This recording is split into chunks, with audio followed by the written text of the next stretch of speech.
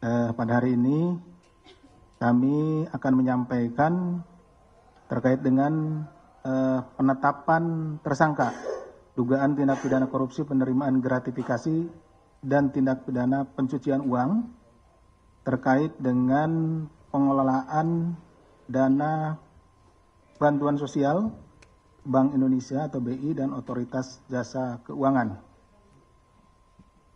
Komisi Pemberantasan Korupsi, bagaimana disebutkan di atas,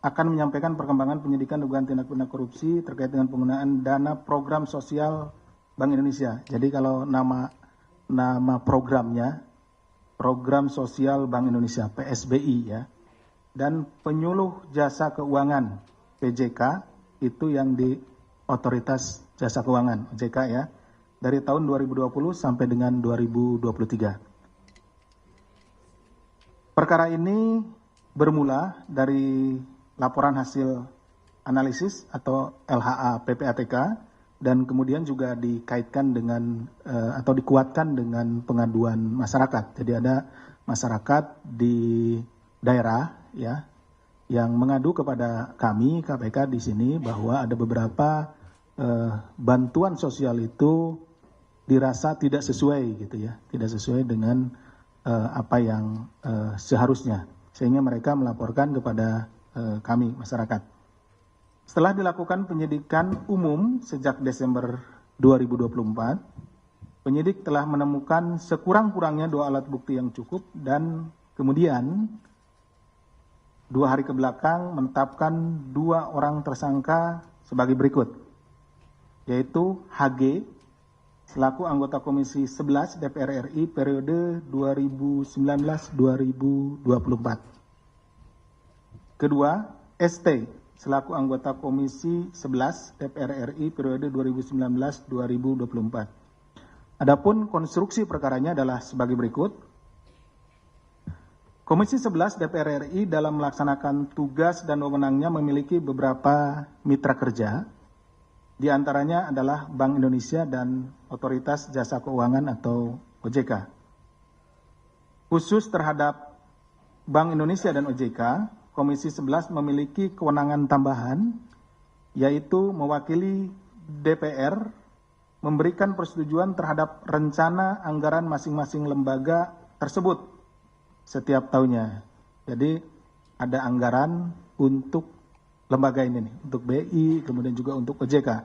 Nanti Komisi 11 ini anggaran yang untuk BI maupun untuk OJK itu dirapatkan gitu ya, seperti itu, kemudian dievaluasi dan lain-lain, kemudian disetujui gitu ya oleh Komisi 11.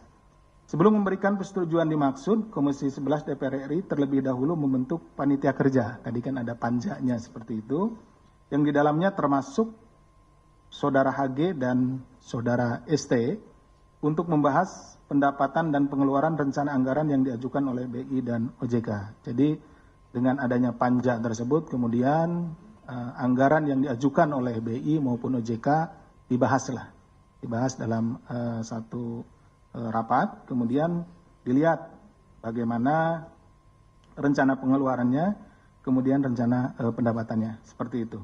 Setelah rapat kerja Komisi 11 DPR RI bersama pimpinan BI dan OJK pada bulan November di setiap tahunnya, ya, November di setiap tahunnya. Jadi dalam hal ini tahun 2020, 2021, dan 2022 Panja melaksanakan rapat tertutup. Jadi yang ada hanya BI OJK kemudian dengan Panja. Bahwa dalam rapat terdapat kesepakatan antara lain. 1. BI dan OJK memberikan dana program sosial kepada masing-masing anggota Komisi 11 DPR RI. Ini sejalan dengan apa yang disampaikan oleh Saudara S. Saya membacanya juga waktu itu di media yang rekan-rekan sekalian tulis. Pada saat Saudara S ini selesai diminta keterangan, menyampaikan bahwa seluruh anggota Komisi 11 menerima dana bantuan. Nih Saudara S bilang begitu ya, saya hanya mengutip dari yang Saudara S sampaikan. Saya ulangi, BI dan OJK memberikan dana program sosial kepada masing-masing anggota Komisi 11 DPR RI dengan alokasi kuota, yaitu dari BI sekitar 10 kegiatan per tahun, dan OJK sekitar 18 sampai 24 kegiatan per tahun. 2. Dana program sosial diberikan kepada anggota Komisi 11 DPR RI melalui yayasan yang dikelola oleh anggota DPR Komisi 11. Jadi tidak langsung uang itu diberikan kepada perorangan anggota Komisi 11, tetapi diberikan melalui yayasan. Artinya anggota Komisi 11 kemudian bisa menunjuk yayasan yang sudah ada, gitu ya. Karena banyak misalkan yayasan sosial dan lain-lain yang ada bisa ditunjuk, misalkan di daerah pemilihannya, di dapilnya, atau bisa juga yayasan yang dimilikinya, yang khusus menampung uang untuk kegiatan sosial tersebut. Teknis pelaksanaan penyaluran dana bantuan sosial dibahas lebih lanjut oleh tenaga ahli. Jadi masing-masing anggota DPR RI ini, Komisi 11, memiliki tenaga ahli. Nanti teknisnya, tenaga ahli inilah yang akan mengaturnya atau membahasnya, gitu ya. Dari masing-masing anggota DPR Komisi 11 dan pelaksanaan dari BI dan OJK dalam rapat lanjutan. Jadi ada rapat lanjutan kemudian untuk membahas penyaluran dari bantuan sosial ini. Dalam rapat lanjutan dilakukan pembahasan diantaranya jumlah yayasan, yayasannya berapa yang nanti diajukan begitu, kemudian teknis pengajuan proposalnya seperti apa, teknis pencairan uangnya seperti apa, jumlah dokumen atau laporan pertanggungjawaban LPJ-nya. Jadi kegiatan ini setelah uangnya diberikan melalui yayasan tentunya nanti akan diimplementasikan sesuai dengan peruntukannya. Seandainya dana bantuan sosial ini untuk rutilahu, ya harus dibuat rutilahu seperti itu. Nah, kemudian diminta pertanggungjawabannya atau LPJ-nya. Kemudian alokasi dana yang diperoleh dari setiap anggota DPR RI Komisi 11 per tahunnya. Setelah selesai rapat panja pada sekitar bulan November atau Desember, anggota Komisi 11 DPR RI kembali melaksanakan rapat kerja Komisi 11 terkait persetujuan atas rencana anggaran tahunan BI dan OJK. Untuk menindaklanjuti pembahasan teknis tersebut, HG kemudian menugaskan tenaga ahli, sementara ST menugaskan seorang kepercayaannya. Nah, kalau tadi ada yang ditugaskannya tenaga ahlinya, yang ST itu kepercayaannya. Untuk membuat dan mengajukan proposal permohonan bantuan dana sosial kepada BI dan OJK melalui 4 yayasan yang dikelola oleh Rumah Aspirasi HG dan 8 yayasan yang dikelola oleh Rumah Aspirasi ST. Jadi ini beda-beda. Kalau HG itu menggunakan 4 yayasan, kalau ST menggunakan 8 yayasan. Seperti itu ya. Selain kepada BI dan OJK, tersangka HG dan ST juga diduga mengajukan proposal permohonan bantuan dana sosial kepada mitra kerja Komisi 11 DPR lainnya melalui yayasan-yayasan yang dikelolanya. Bahwa pada periode tahun 2021 sampai dengan 2023, yayasan-yayasan dikelola oleh HG dan ST telah menerima uang dari mitra kerja Komisi 11 DPR RI, namun tidak melaksanakan kegiatan sosial sebagaimana dipersyaratkan dalam proposal permohonan bantuan dana sosial. Artinya, bukan tidak ada sama sekali ya, di rekan-rekan ini ada kegiatan-kegiatan yang dilakukan tetapi tidak keseluruhan. Seperti sering saya contohkan, dana sosial untuk rutilahu 10 rumah. Gitu ya. Nanti yang dipergunakan hanya 2 rumah, kemudian dipotret sana sini gitu ya. Kemudian dibuat pertanggungjawaban untuk 10 rumah. Sehingga kelihatan di pertanggungjawabannya 10 rumah, padahal yang dibuat hanya 2 rumah. Jadi dana yang bentuk 8 rumahnya lagi itu yang digunakan untuk kepentingan pribadinya.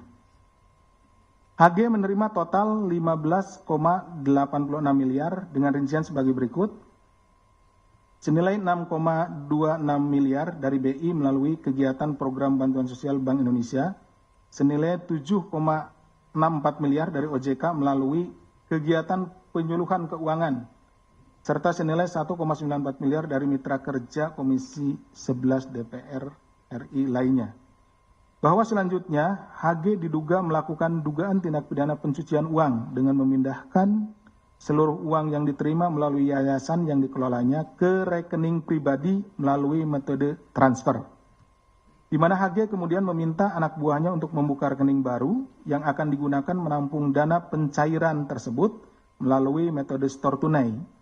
HG menggunakan dana dari rekening penampungan untuk kepentingan pribadi, diantaranya pembangunan rumah makan, pengelolaan outlet minuman, pembelian tanah dan bangunan, hingga pembelian kendaraan roda 4.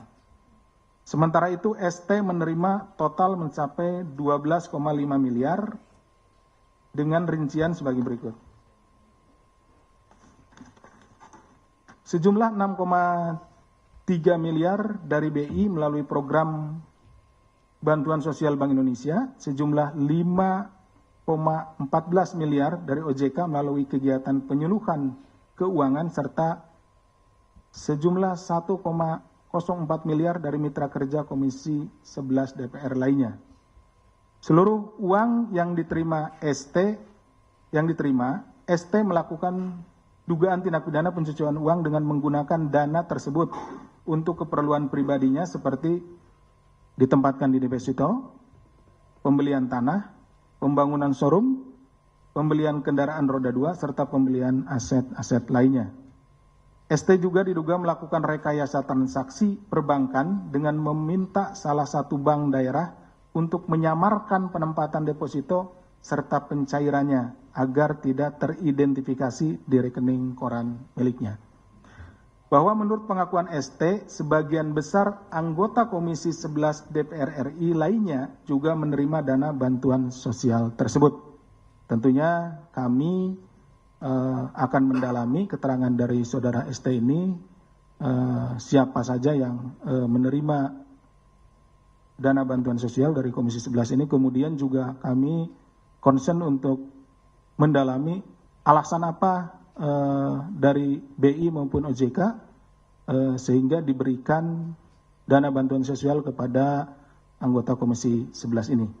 Atas perbuatannya, para tersangka disangkakan telah melanggar pasal 12B besar Undang-Undang Nomor 31 Tahun 99 tentang pemberantasan tindak pidana korupsi sebagaimana telah diubah dengan Undang-Undang Nomor 20 Tahun 2001 tentang perubahan atas Undang-Undang Nomor 31 Tahun 1999 tentang pemberantasan tindak pidana korupsi, Junto pasal 55 ayat 1 ke 1, Junto pasal 64 ayat 1 KUHP, serta tindak pidana pencucian uang sesuai dengan Undang-Undang Nomor 8 Tahun 2010 tentang pencegahan dan pemberantasan tindak pidana pencucian uang, Junto pasal 55 ayat 1 ke 1 Kitab Undang-Undang Hukum Pidana. Demikian yang bisa kami sampaikan. Terima kasih atas perhatiannya. Kami kembalikan kepada Mas Jubir. Assalamualaikum warahmatullahi wabarakatuh. Waalaikumsalam. Terima kasih Pak Asep yang sudah menjelaskan secara rinci terkait dengan konstruksi perkara dugaan tindak pidana korupsi, gratifikasi, dan tindak pidana pencucian uang terkait dengan pengelolaan dana